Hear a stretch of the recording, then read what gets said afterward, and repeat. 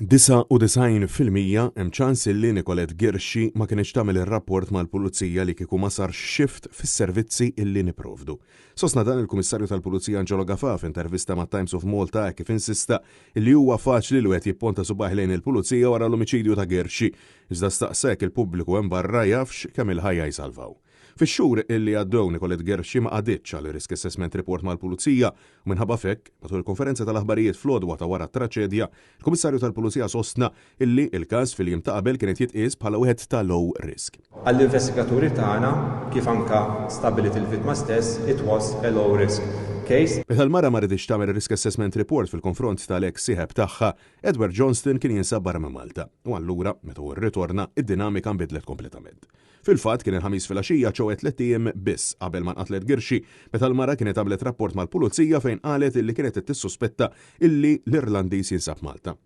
Tant illi il-Pulizija diġà kellhom konferma għas-sempliċi fatt li meta talbuh biex ikellmuh u njorhom għalilhom illi dak iż-żmien partikolari kien se jkun f'pajjiżna. Mat-Times l-istess Angelo Gafà dar minn kliemu qal illi minkejja li ma rridix tagħmel assessment report, il-Pulizija ma jfissirx illi awtomatikament tqis il-każ bħala low risk. Madankollu f'dan il-każ, sfortunatament, hekk ġara bl-investigazzjonijiet b'mod ċar ma mxewx kif kellhom jimxu.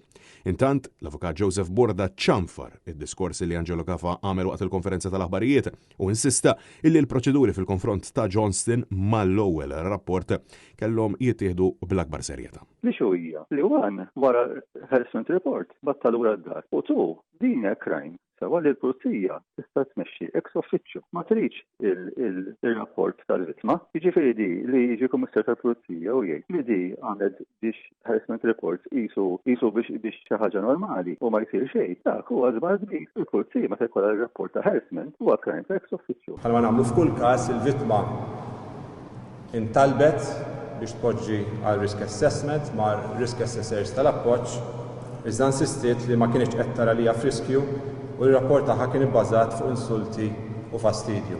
Risk assessment ma sarx. M'għandux bżonn il-kunsens tal-parti biex jipproċedi. Jiġifieri il-Pulizija setgħu min jeddhom jieħdu passi. Bil-ewwel indikazzjonijiet u minn sempliċi riċerka fuq l-internet jidher illi Edward Johnston kellu rekord kriminali bl-Avukat Borda ma jaqbel assolutament xejn li dan il-każ kellu jitqies bħala wieħed low risk.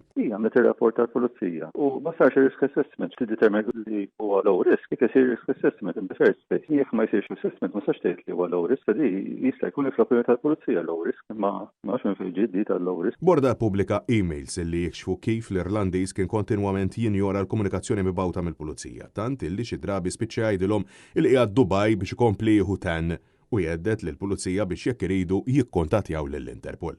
Minkejja din l-attitudni, minkejja il-biża ta' Girxi fejn sansitra għamlet rapport fil-lejl tal-ħamis 3 ijiem qabel ġiet maqtula, Gafà baqa' insisti li l-każ kienet jitqies bħala wieħed low risk, każ illi sa wara l-omiċidju kien għadu qed jiġi proċessat.